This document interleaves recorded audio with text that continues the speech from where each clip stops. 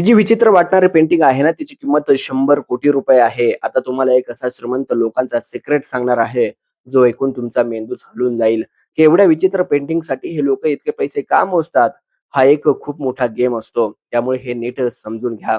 समजा एखाद्या अब्जाधीशाला सरकारकडून 50 कोटींच्या टॅक्स नोटीस येते. आता तो सरळ टॅक्स भरत नाही. त्याऐवजी तो एक अशी पेंटिंग विकत घेतो, जी पाहायला अगदी एखाद्या लहान मुलाने रंग उडवले असेल, असे वाटते.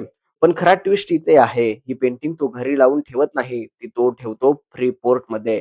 फ्री पोर्ट म्हणजे अशी जागा जिथे अशा वस्तूंवर टॅक्स लागत नाही. आता सुरू होतो खरा गेम. त्याचे श्रीमंत मित्र त्या पेंटिंगवर बोली लावतात. त्यांना ती पेंटिंग खरंच हवी असते असं नाही, पण तिची किंमत कागदावर वाढवायची असते.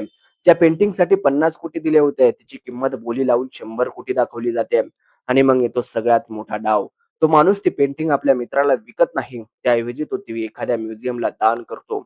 आता सरकार म्हणते, "वाह! तुम्ही 100 कोटींची पेंटिंग दान केली आणि त्याला 100 कोटींची टॅक्स सूट मिळते." म्हणजे काय झालं? त्याचा 100 कोटींचा टॅक्स क्लिअर आणि सरकारला ₹1 टॅक्स दिला नाही. वरून म्युझियमला पेंटिंग दान केल्यामुळे त्याची इमेज काय बनते? मोठा दानशूर, कलाप्रेमी आणि उदार माणूस. हा सगळा खेळ इतका स्मार्ट असतो, की बाहेरून पाहिलं तर सगळं अगदी कायदेशीर आणि चांगलं वाटतं.